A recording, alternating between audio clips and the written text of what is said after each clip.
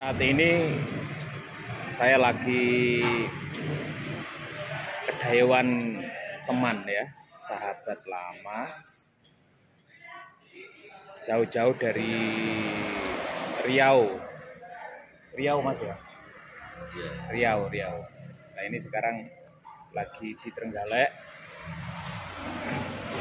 Ya di Trenggalek karena hobinya dia juga urusan lidah itu kan. Ini saya ajak mampir ke salah satu warung punya warga Trenggalek, juga di area Trenggalek. Nah, tapi mumpung ini ketemu sama temen yang lama tidak bersua gitu kan, ya ngobrol karena beliau ini kalau dulu aktivis, kalau sekarang dia jadi pengajar dan perintis sebuah pondok pesantren di Riau sana. Alhamdulillah hari ini pesantrennya sudah berkembang, mulai banyak santri ya, terus perkembangannya luar biasa di media sosial dan untuk sosialisasi kegiatannya cukup dinamis. Nah ini yang pengen saya ambil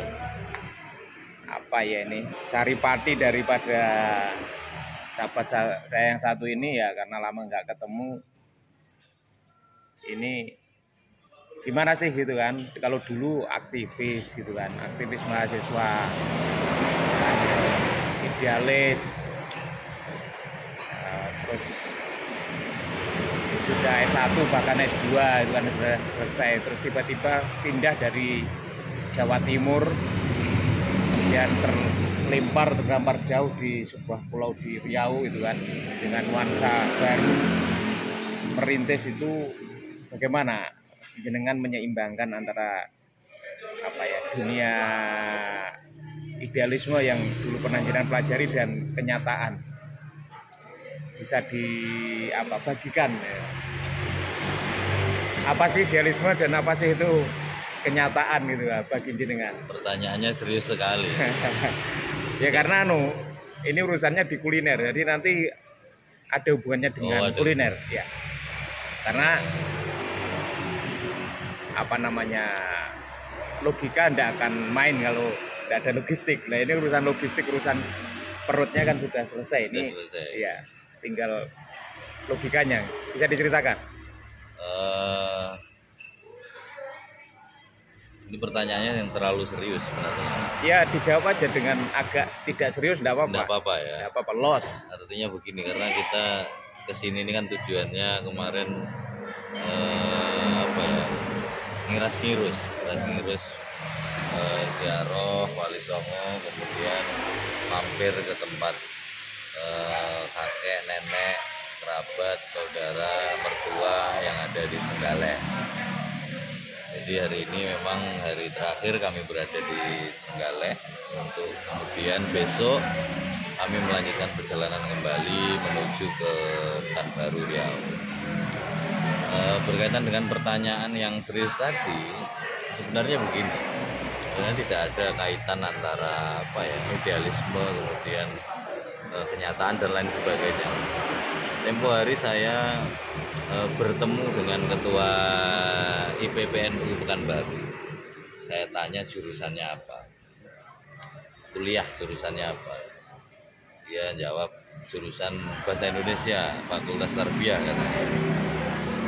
Kemudian saya timbali begitu kan, saya ajak bercanda lah, maksudnya saya bercanda. Dari kecil sudah orang Indonesia kok, masih kuliah bahasa Indonesia. Bahasa Indonesia itu rumit Pak, jawabnya kan. Kemudian cepat saja saya jawab, apa ada sesuatu di dunia ini yang lebih rumit daripada cinta, saya bilang. Akhirnya dia tertawa. Ternyata jawaban saya itu tidak sesuai dengan apa yang saya alami, bahwa memang ada yang lebih rumit dari cinta sesungguhnya, yaitu takdir. Nah, seperti pertanyaan Mas Kades Ime tadi, bahwa bagaimana relevansi antara idealisme kemudian berkaitan dengan kenyataan. Kalau memang latar belakang saya dulu seorang aktivis yang tidak jelas lah begitu kan.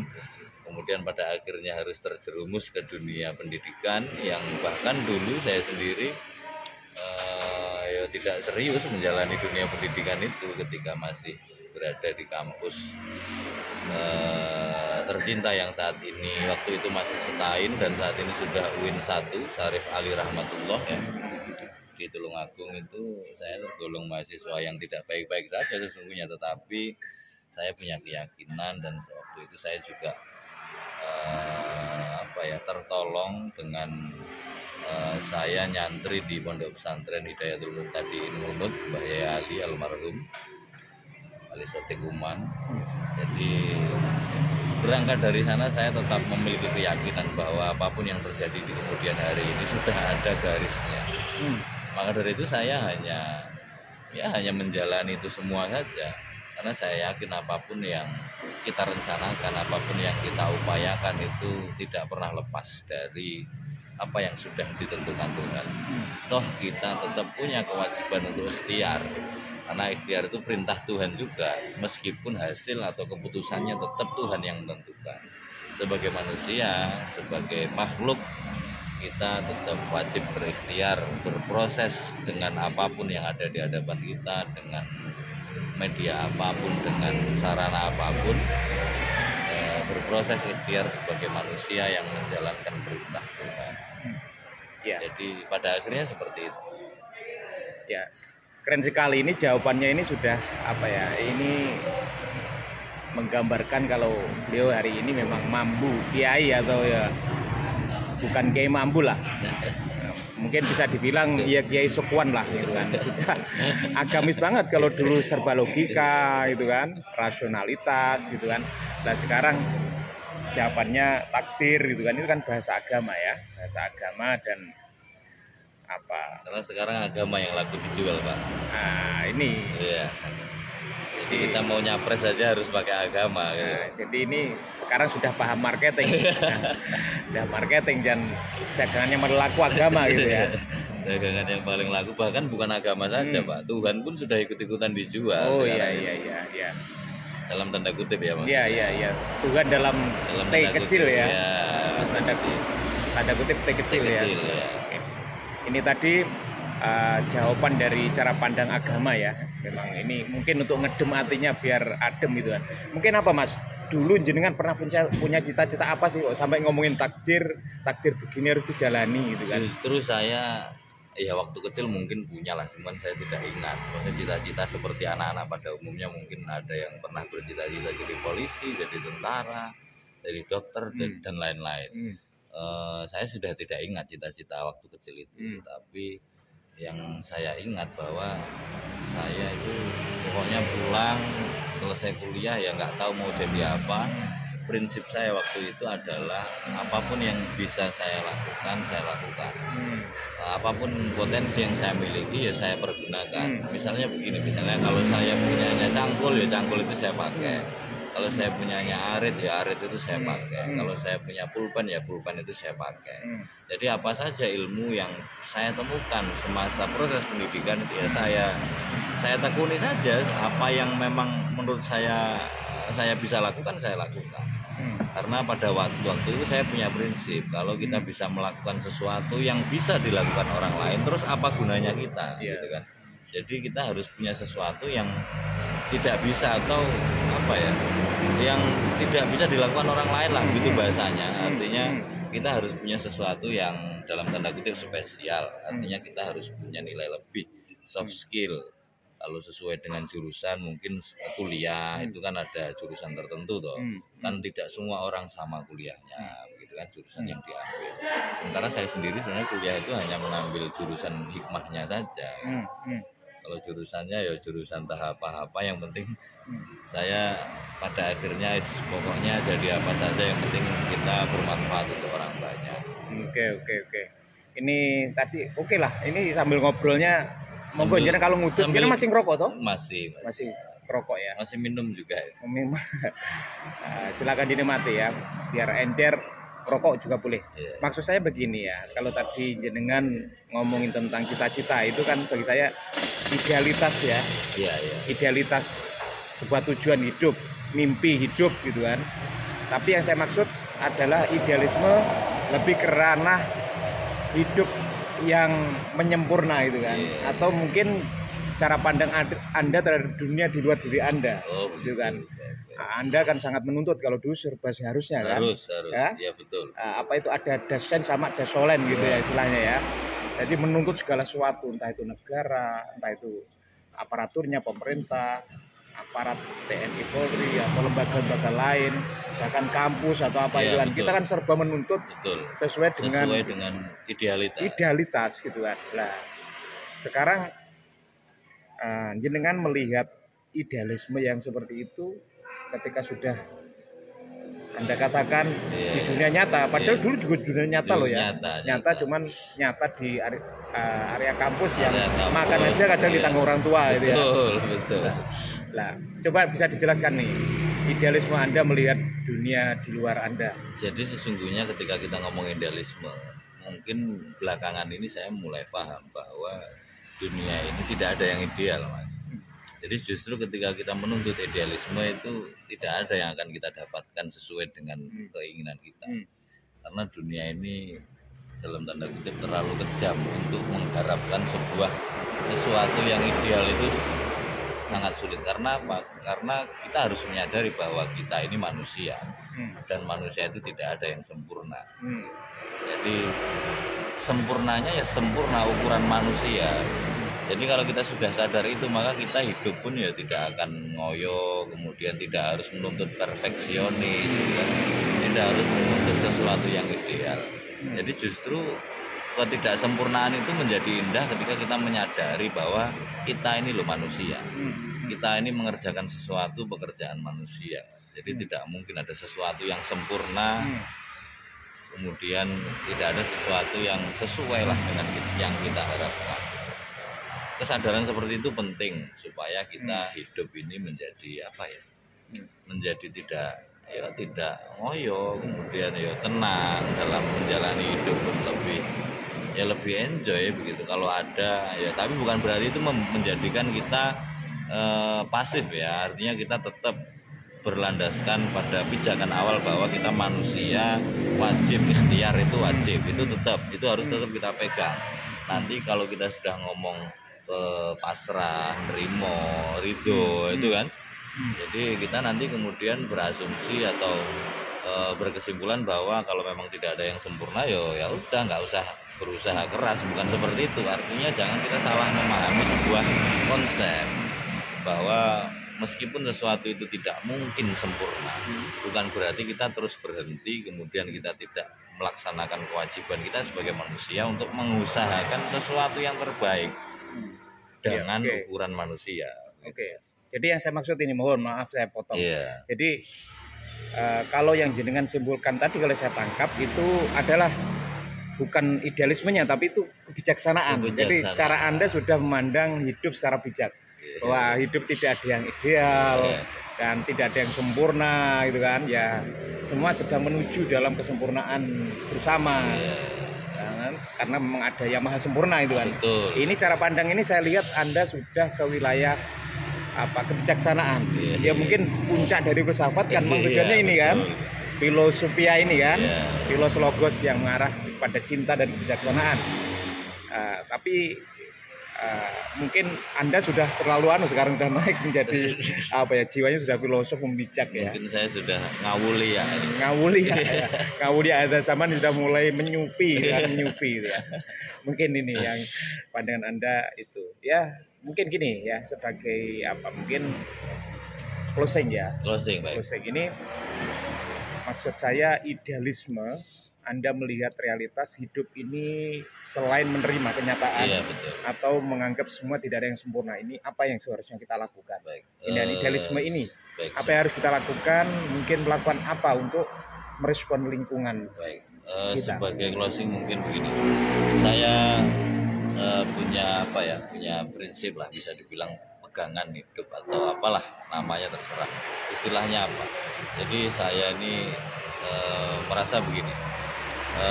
bahwa tubuh kita ini kan tubuh yang diberikan Tuhan gitu kan.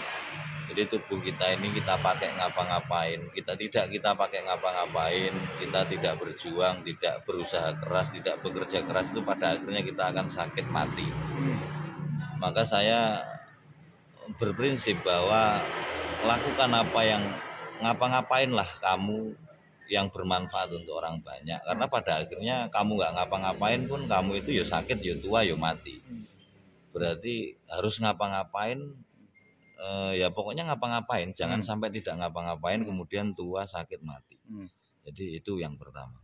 Yang kedua, supaya lebih enak hidup ini, jadi kita begini, kita sering meminta kepada Tuhan bahwa misalnya kita setiap melaksanakan sesuatu atau dalam banyak kegiatan lah kita mengucapkan kalimat bahwa semoga kegiatan yang kita laksanakan ini diridhoi oleh Allah, misalnya gitu kan, itu kan sering sekali kita. Tapi terkadang kita itu lupa terhadap diri kita ini bisa ridho tidak dengan pemberian Allah itu. Jadi sesuatu yang sudah terjadi kepada kita ini kita bisa nerima tidak. Kita senantiasa menuntut Tuhan untuk meridhoi apa yang kita lakukan, menerima apa yang kita lakukan. Sementara kita sendiri terkadang lupa, kita ini sudah bisa nerima belum keputusan dari apa yang sudah diberikan Tuhan kepada kita. Misalnya sekarang kita diberi amanah ilmu, itu sudah bisa kita terima belum? Artinya menerima itu dengan mengamalkan kepada sesuatu yang baik, mengamalkan sesuatu yang bermanfaat. Kita diberi tenaga yang kuat, itu ya harus diterima dengan baik, diamalkan sesuai dengan porsi kita masing-masing lah. Jadi artinya tidak hanya terbatas kepada ilmu, harta dan lain sebagainya saja. Artinya seperti itu yang sering orang lupa. Jadi pada akhirnya kita ini ya sering kembali ke awal tadi, sering nuntut, sering minta yang sempurna. Karena kita ini maunya cuma minta Allah yang ridho dengan kita. Padahal kita ini sudah bisa belum ridho terhadap keputusan yang Allah berikan kepada kita ini loh. Kita dikasih istri cantik itu ridho, oke gampang, kalau istri cantik ridhonya gampang. Kalau misalnya kita dapat istri yang ya kurang cantik, kemudian kurang pantas diajak pesta-pesta pernikahan kawan-kawan, nah itu kita bisa nerima nggak keadaan seperti itu? Nah, begitu. Kita sekarang dikasih sehat, oke lah kita bisa nerima. Kalau pas kita sakit kita bisa tidak menerima keadaan itu. Meskipun ini sulit, tapi ini tetap harus dipegang, harus diupayakan. Karena bagaimanapun pada akhirnya kita tetap harus terima, harus ridho terhadap apapun yang sudah ditetapkan Tuhan kepada kita. Bahkan nabi-nabi terdahulu, tauladan kita tentunya, karena kita sebagai umat muslim, begitu dalam KTP saya kan. Jadi ya contoh-contoh itu banyak sekali sudah dicontohkan oleh Tuhan melalui riwayat nabi-nabi, bahwa nabi-nabi itu diberi cobaan yang luar biasa berat, yang bahkan kita tidak bisa membayangkan. Tapi ya beliau ridho ya, karena memang itulah pelajaran bagi kita umat setelah. Saya rasa seperti itu, Mas. Ngapa-ngapain yang penting bermanfaat. Karena tidak ngapa-ngapain pun pada akhirnya kita akan tua, sakit, mati. Jadi mending ngapa-ngapain tua, sakit, mati daripada tidak ngapa-ngapain tua, sakit, mati juga. Seperti itu, Mas. Wow, luar biasa ya, luar biasa. Jadi di luar dugaan saya ya, berpikirnya teman saya ini memang sangat bijak ya. Selain bijak, artinya sudah dalilnya itu mantap sekali. Sudah memakai dalil-dalil legitimasi ayat-ayat kitab suci lah, memang kalau ini mau diwedar, tapi saya rasa itu internalisasi lah. Tapi internalisasi itu dari apa yang dia rasakan dan dia lakukan hari ini gitu kan. Tidak hafal ayat-ayat, Mas. Ya, mungkin saya bantu itu. Jadi pesan pertama tadi kayaknya lebih kepada khairunas anfa'ulinnas kalau bahasa Arabnya Islam itu ya. Jadi hidup yang lebih bermanfaat itulah manusia yang terbaik. Gitu kan. Yang kedua itu dia mengajak kita untuk meridhoi takdir Tuhan itu ya radhiyallahu an wa radu'an gitu ya. Jadi agar Allah ridhonya bener-bener ridho gitu kan, kita harus ridho atas takdir itu. Jadi ya ini hanya penegas ya, sebenarnya saya tidak ada apa-apanya dibanding pemahaman dia yang memang dalam proses akademisnya panjang, tapi di luar dugaan ya, dalam kesibukannya dia masih berpikir dengan elaborasi ilmu yang seluas itu. Mungkin dalam kesempatan lain kita nanti akan berjumpa kembali ngobrol sama beliau, mungkin dengan pembahasan kedalaman hikmah yang lain soal hidup, kehidupan, ilmu, dan juga tidak lupa kuliner gitu. Iya. Jadi Harus ada kulinernya, Mas. Harus ada kuliner. Iya. Logika tanpa logistik Iya, betul. bisa mati ini ya. Iya, siap. Gitu. Mungkin itu teman-teman ya, sahabat-sahabat semua. Terima kasih. Ya, sahabat Ahmad Rois. Nanti bisa tergali lagi. Iya, insyaallah. Nah, semoga perjalanannya selamat sama keluarga sampai tujuan. Berjuang di sana untuk kemanfaatan. Siap. Sebelum kemudian sakit, menua dan mati. Mati, betul. Ya. Terima kasih teman-teman. Mungkin itu. Selamat siang.